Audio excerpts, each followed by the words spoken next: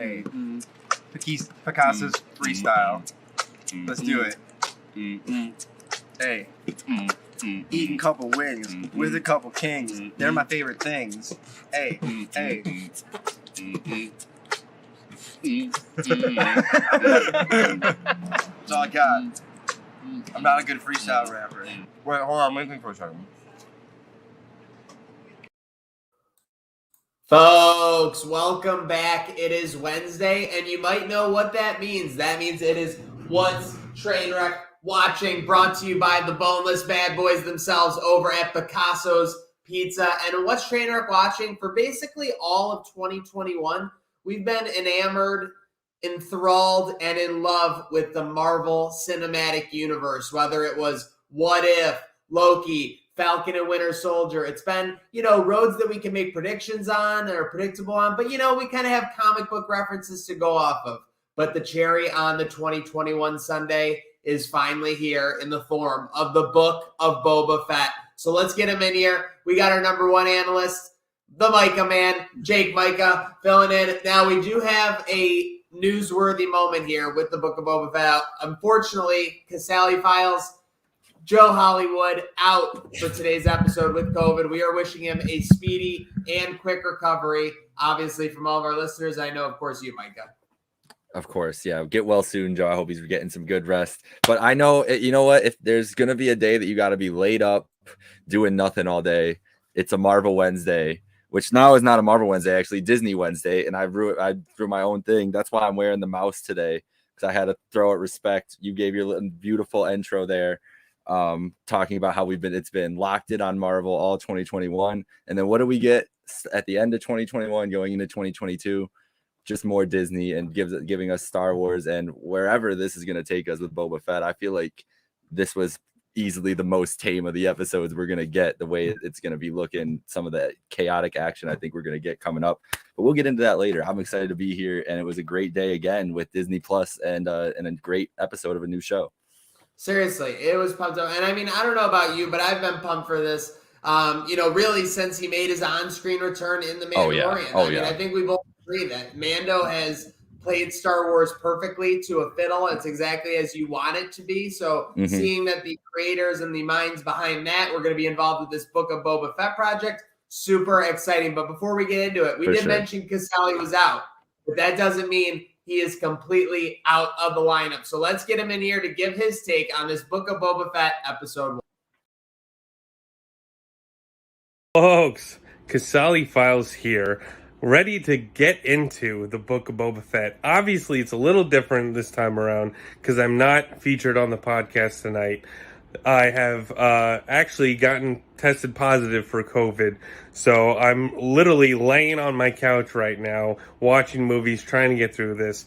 But you know what doesn't stop me? It's Star Wars, and it's Boba Fett. I can't believe we're back to witness Boba Fett on the silver screen. And what a debut this was. We got to realize what was going on, what really happened, how Boba survived at the end of Return of the Jedi, and kind of, got brought back in this world miraculously. What Disney Plus has been doing with these Star Wars shows has been nothing but amazing, to dive back into the world of a galaxy far, far away. And not only Boba, we got to meet back up with Fennec Shan. Again, this also takes place kind of right after when we see them in Mando Season 2. It was a nice kind of segue in between after Return of the Jedi and then after, what we've seen in Mando. So it was just such a great kind of introduction to what this show really can be.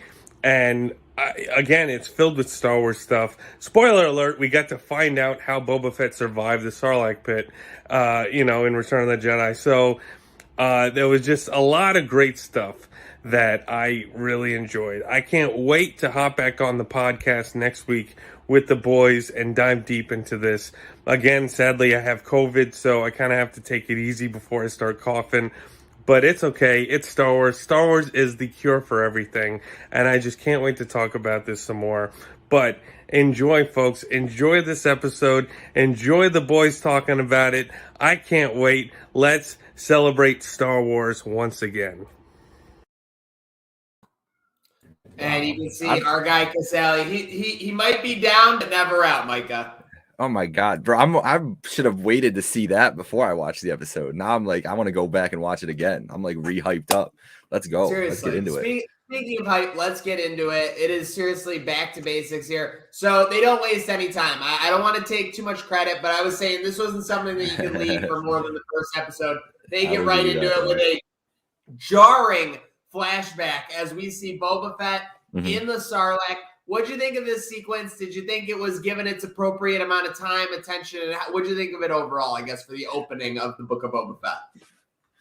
Yeah, I'm going to give you your props. You deserve that. You were like, I either think it's going to be right at the beginning or right at the end of episode 1. I didn't know what was going to happen with the Sarlacc pit, but I thought it was, it was disgusting. I mean, that's my first initial reaction. I was like, oh man, this is gross. I mean, I guess the inside of a huge monster. I don't know. It was horrifying. Like, yeah, it like was the horrifying. fact that, it was like there was acid dripping everywhere. There was a dead stormtrooper carcass. Looked like maybe he got caught on the wrong patrol. It was absurd. It really took, and again, it's the same thing with Mando, but it was just, and again, you're inside the Sarlacc, so maybe this is a stupid thing to say, but between that and the desert montage, I mean, it was just a grittiness that I never felt from the sequel trilogy that I felt all over Mando and all over early here in the Book of Boba. Yeah, and that's what I loved about this episode to begin with, was this like how down to earth it really was. Like, it's just we've been waiting. I mean, Star Wars fans forever have just been waiting for all these stories we know are out there, like on these planets. We've seen them in different ways. And so with them finally getting to it here with Boba, a character that everybody everybody loves Boba, and to bring us right back to that moment, it was dope. It's awesome to see. They're trying to make him look like a badass this whole episode, right? And I mean, obviously he's a badass, but just like himself, like what makes Boba tick? Like, we know that he's a clone of a bunch of different clones and all this other stuff. And, we've seen him with the armor and what all the cool things that the armor can do and everything. So I thought this beginning, and then it was a theme throughout, was to show the ways he could be resourceful when things aren't looking up for him, when he's not just getting paid 1 billion coins to go kill people, Absolutely. So this is a guy who, reputation of a badass, like super, like kick-ass bounty hunter. And I think you summed it up perfectly. I would even go a little bit step further. I'd say they wanted to show you in both lines how he was struggling to kind of survive in this new world. The first one is that he was literally struggling physically, like could not, didn't even have the energy. And by the way, you'll see this in my Maniac Reacts video coming up exclusively at the end, but my goodness, to crawl all the way out of the Sarlacc and then die of like exhaustion would just be like the absolute worst hand you could ever be dealt. But also I love this one comment I saw: when in doubt, flamethrower out. I mean, it was very fair. It was very fair. But yes, establish him as a badass. The resourcefulness. I thought he was just getting the oxygen so he could breathe, and I was like, maybe he's just gonna climb up this bad boy or something. And I was like, oh no, he doesn't care about breathing. He's just gonna fucking pop a hole through this guy. That at first. I was like, is he literally about to suffocate? And then I was like, oh no, he wanted that first flamethrower. He's absolutely absurd. And by the way, are you a big Parks and Rec guy? Oh yeah. So that was Pat Oswalt had the filibuster where he described his start of episode 7, and it was literally this exact start, so it's incredible. But yeah, you're seeing, so you got the 2 openings of you have, again, and so this sets the tone for the Book of Boba Fett. I was wondering why they were calling it the Book of Boba Fett going into it and everything. Seems like there's going to be 2 timelines that we're working on predominantly for this first season. It's the one with right after he got out of the Sarlacc, where we'll ultimately get into what happens there, and the one where we left off at the end of Mandalorian, where he takes on Jabba's throne, and now we see he's kind of learning to survive in the Mos Espa criminal empire. So with that said, what annoyed you more? The mayoral Twi'lek who said that he wasn't going to give a tribute to Boba, or the alien Rodian who blew his escape when he was trying to get away from the Tusken Raiders? I'm gonna have to go with the Twi'lek, because the Rodian pissed me off, but you could see, I mean, you knew that guy was gonna pussy out. The Rodian was down bad. Like you cannot hold the Rodian accountable for what he's doing, even though it's way douchier. Like, I mean, but the Twi'lek was just a cocky piece of shit, basically being like, your tribute is that I'm here, and I'm here to collect money, bitch. Yeah, he was so passive aggressive about it too. Like he was like not getting to that point at all. The Rodian, like, what's he supposed to believe? That bald Boba is gonna get him out of there? Like, he doesn't know anything about who this guy is. He's just looking at this idiot that's about to try to get himself loose in front of this whatever that the monsters in the great. We got some great creatures of Tatooine in this episode too. And speaking of great creatures of Tatooine, the Cantina Band with Max Rebo is fucking back, baby. Yes, baby. They had a little remix today. They're evolving. It was great. Oh my god, dude! I got so pumped when I heard that remix. It's like, and it plays perfectly to that Family Guy joke where the only real song they know is the Cantina. Let's play that. Theme. Hey, what do you want to play? Hey, play the same song again. Thanks. I love Family Guy. Sidebar. Me and my brother have talked about this for like the last 3-4 weeks, that all of our like joke references are Family Guy, and then you literally just dropped another Family Guy reference into this podcast. Yeah. So I appreciate you keeping up with the theme of my actual life too. Well, it's both of our lives, and let's face it, Family Guy has a number of Star Wars parodies, so it's not anything that's foreign to them at all. So yeah, the themes continue on. You got Fennec Shand back. I will say, and we're just kind of glossing over this first episode because I think that would be the perfect way to do it, honestly. Typically, we get into knee-deep into reviews with analysis and all that stuff. This was kind of like a light intro to everything Boba Fett, even the shorter episode. Fennec Shand, so obvious badass, like you have to be to survive in the Tatooine desert or whatever when you've been, backstabbed or backshot, however you want to call it. With that said, totally seems like she's the yin to Boba's yang. She's the hothead. She's the quick to pull a trigger, whereas Boba's a little bit more methodical and thought out. You think that could spell trouble in the future? It serves him well in this episode, ultimately, but you think that could be troublesome? Definitely. I mean, especially with how it seems like it's very politically based, everything that the world Boba's getting into, he doesn't realize like the games he has to play, I think. And she is kind of like on top of the shit. And so I think there's going to be a point where he's just what did he say? He wants to rule his empire with respect, right? Like how often is that? How many empires have succeeded just on respect without a little bit of issues? So I think he needs the fire, but I'm with you. She's gonna cause some kind of issue.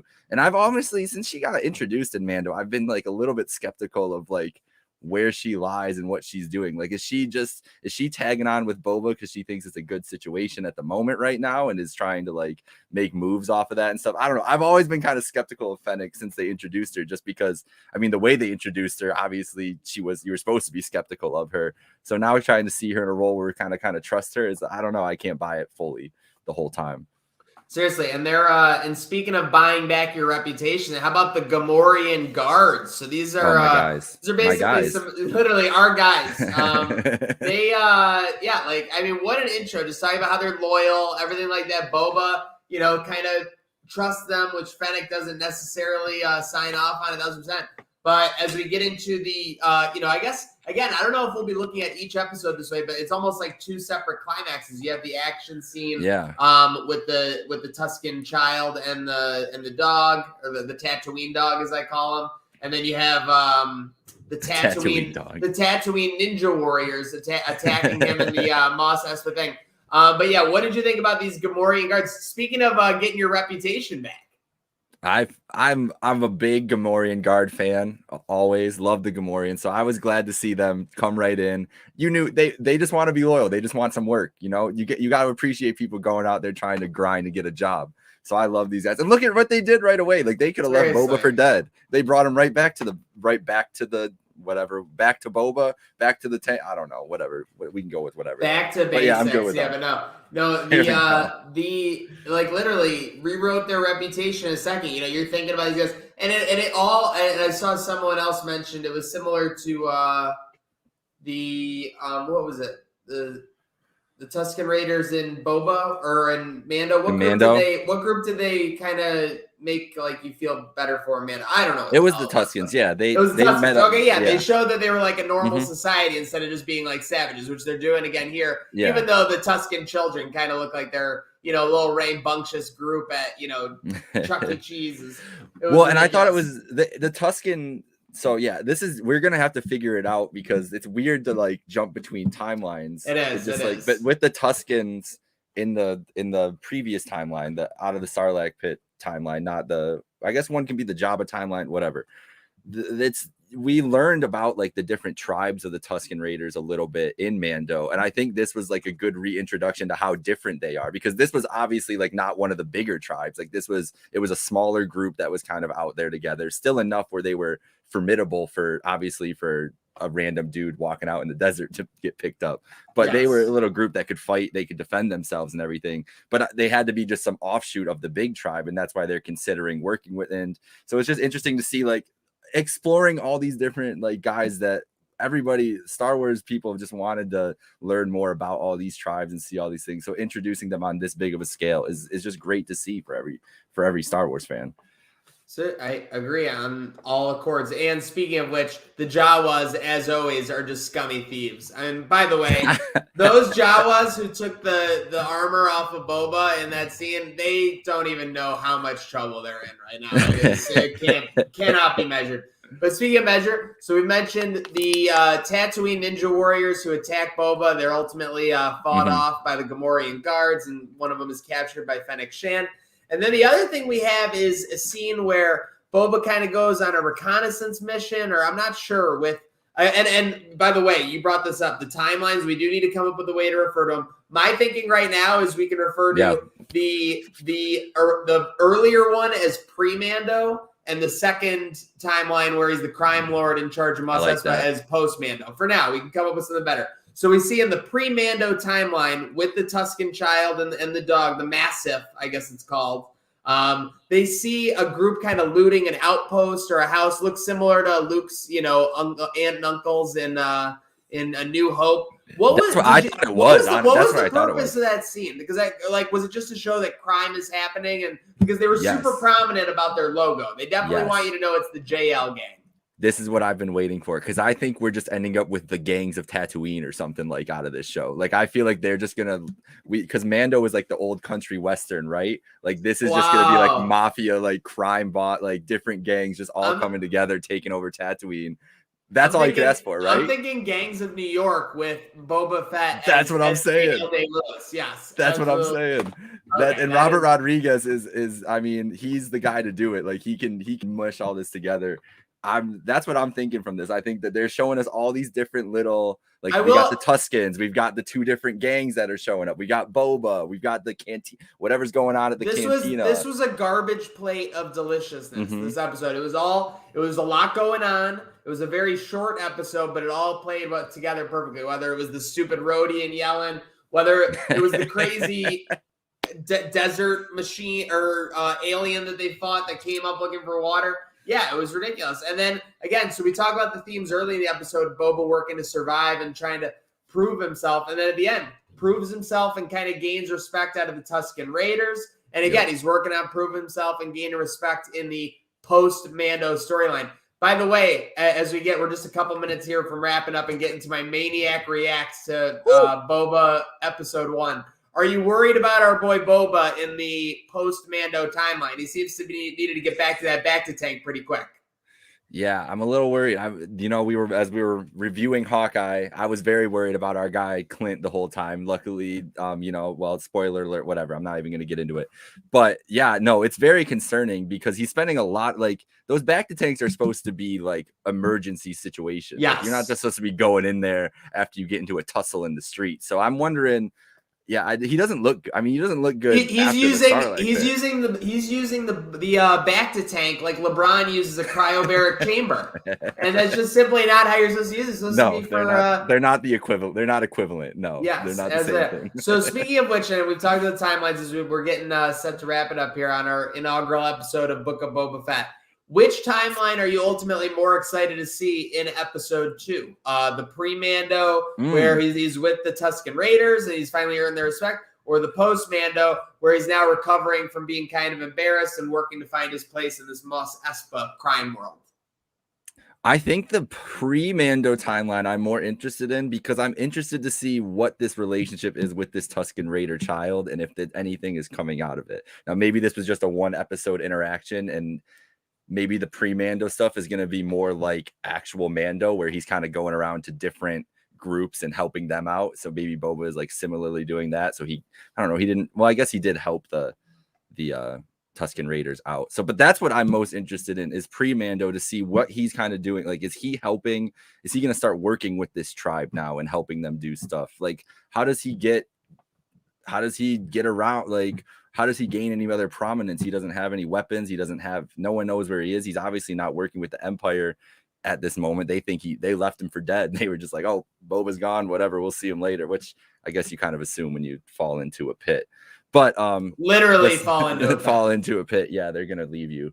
They're probably gonna do that. But I just think, I think pre-Mando, just to see what the storyline is gonna be. Is it gonna be him like adventuring a little bit, and like maybe we see people that we're gonna see in the same time, like he did right by them and they come in for a save later on, or did wrong by somebody, and that's why we're gonna be getting like these little hints when the word of his power and his reign starts getting out to the other galaxies, because I'm sure this is fairly new, so the word probably hasn't spread that Boba's in charge yet. But I'm sure that once people find out, like, hey, Boba Fett is the crime lord on Tatooine, there's going to be a lot of enemies that come around, right? So agreed. It's just like the Avengers bringing on, big enemies and things like that. Yeah. Him being in that role is going to be crazy, and it's going to be very insane to see, which is all the crazier that I agree with you, and I'm looking forward to this pre-Mando timeline, because I think that he's going to probably leverage someone that owes him. It's going to be, and I'm wondering, was Jabba's sail barge like the Met Gala of the year for Tatooine? Like, did everybody know the party was happening, and that, Boba fell into the Sarlacc and all this stuff? So I'm very interested to see how they react in the immediate future. And I think in the long game, that road ultimately ends with him crisping those Jawas that stole his armor, because he's going to find out it was them that ultimately gave it to Din Djarin, or as our friends call him, Mando, as he's trying to track him down. You really just want these Jawas to get well, their justice. I mean, let's face it. When you saw them doing that, you know what the vibe it gave me was when they steal his car and kill his dog in John Wick. Like, he was That's down true. on his luck. Yeah. He was literally at his worst of his worst, and you came and you took advantage of him in that situation. And this is Boba Fett. Yes, so that's true. I'm with you. One thing here before we get to my ridiculous reactions to this episode. Shout out everybody tuning in to What's TrainWreck watching on Picasso's Pizza. What's one thing you want to see maybe in episode 2 or beyond as this series continues on, Micah? All right, so we are in a post where I want to see Luke. I want to see, we got him at the end of Mando. I want to see some kind of interaction, especially if he heard that Boba was on Tatooine running some shit. I feel like he's bound to check in on that at some point. So if we're getting flashbacks, that's the guy I want to see pop up again. I know we already got it one time, whatever. I'm looking forward to that again. But if we don't get any Jedi appearances, I do really want to know more about how Jabba kind of run his crime syndicate, and what the differences are going to be. Maybe some storytelling into what Jabba was doing too, and maybe that's what the pre-Mando timeline is going to explore a little bit too. But seeing the intricacies of Jabba's empire is just as interesting as seeing what Boba's going to do with it too, I think. You just got me so excited too, because I just realized that Boba Fett has basically grew up in a world where the Empire rose to power, but now he's going to probably return from what's ever going on with this Tusken Raider, and for the first time, basically, the Empire will be in shambles, and it'll be absolutely donezo. So super exciting to see. But here at What's TrainWreck watching, we are never donezo. We can't wait for more Book of Boba Fett. So coming up right now, folks, we're going to let Micah go. It's going to continue on with my live reactions from watching this Book of Boba Fett episode. Might make this his own series. Might get canceled after one. You never know. But that's why we do it. We love this IP. We love this, product. We love these characters. We love this world building. Respect the mouse. Respect the mouse. And here at What's TrainWreck watching, it's always about next week's episode. Alrighty, folks. Here we are. Episode 1. The Book of Boba Fett. Just a little prelude here. Obviously, I'm obsessed with Star Wars. It goes without saying. I think it's pretty self-explanatory, but I even got the Star Wars pinball machine sweatshirt here. But, the sequel trilogy, I'm just going to get this out there right off the bat. I was very let down by the lack of a plan, the lack of a cohesive storyline. Pretty frustrating. And my Star Wars love was in doubt, but then you go back to things like Clone Wars, Rebels, and then of course The Mandalorian, which was literally cut right from the perfect Star Wars cloth. No fan could want anything different than what we're getting there. And of course, by extension, The Mandalorian brings us Boba Fett and does so in a masterful fashion. So when this was announced last year that the Book of Boba Fett was going to get its own series, like WandaVision, Falcon and Winter Soldier, Loki. I mean, I was excited about those, but it was by far the most for Boba Fett. So let's get into it. Let's see what our favorite bounty hunter is up to. Love the episode description. Boba Fett holds court. Super ominous tone here in the beginning. Boba getting that Bacta. Oh shit, he's in the Sarlacc. Oh fuck. Oh my god. Oh my god. Oh fuck. Yeah. Oh my gosh, these Jawas are just straight stripping Boba Fett of his armor. I mean, if you knew what you were doing. Damn. So Boba Fett does the impossible, but then he hits a new low as he's just stripped straight by the Jawas there. We're getting the full recap on everything that happened to him. That would be pretty terrible to actually escape the Sarlacc and then you just die of exhaustion almost immediately after. That'd be brutal. Now he's being dragged by the banthas and the sand people. Literally dragged. He's literally got nothing right now. He's got clothes on his back and his wrists tied to a bantha's ass. Damn. Our guy Boba, I thought we were going to start with him just dominating in Tatooine, but I guess we're seeing the full come up here. He's got nothing. Oh, no, they're just beating him. The Tusken kids are just beating him for fun. What are the UV levels on Tatooine? They must be brutal. Boba Fett's getting sunburn in between the cracks in his skin and shit. Oh my god, there's other prisoners now? Boba just straight played his ass. Better get going. Oh no, doggy's back up.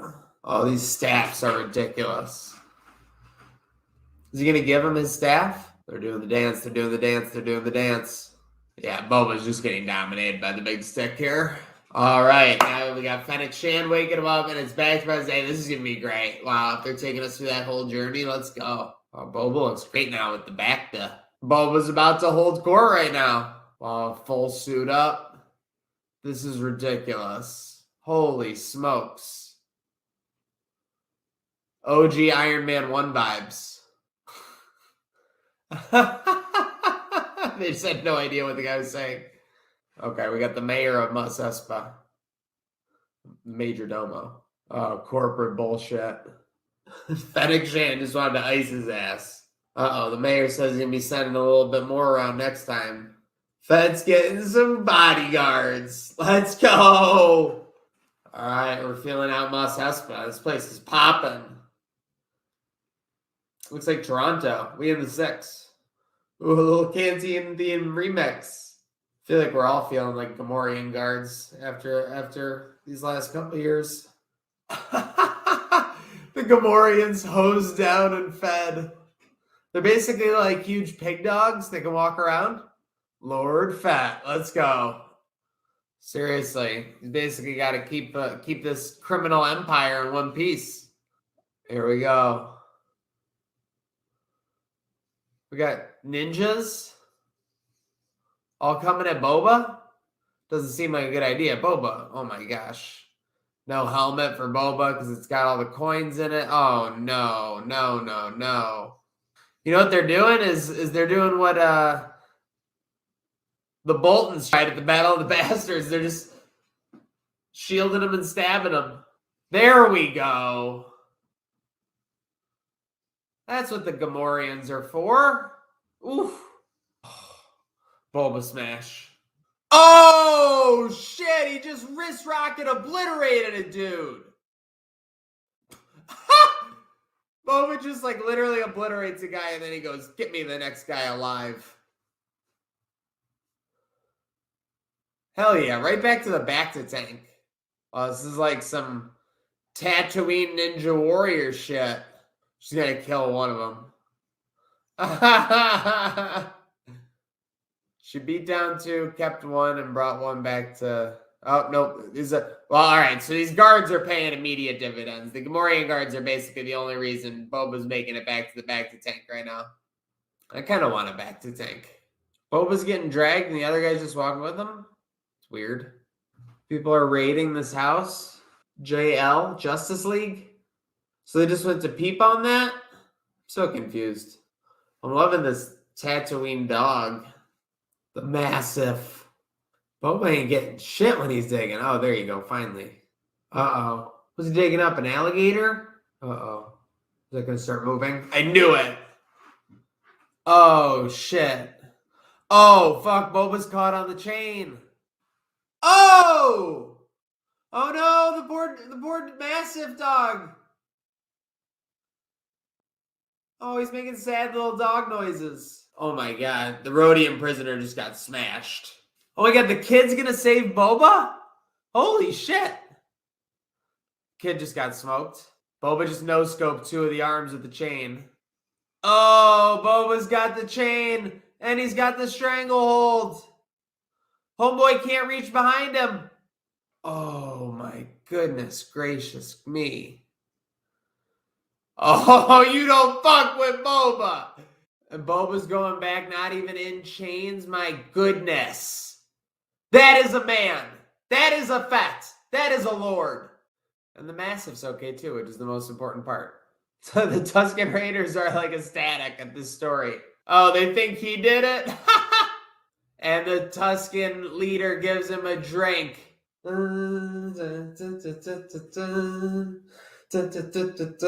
I thought really good episode. And yeah, the way the storytelling is going to go, you get a little present day with the struggles there. I don't know who the ninjas were attacking him, but we obviously got them on lockdown. We got our Gamorrean guards, and we got these great flashbacks throughout. So this is going to be very entertaining. Can't wait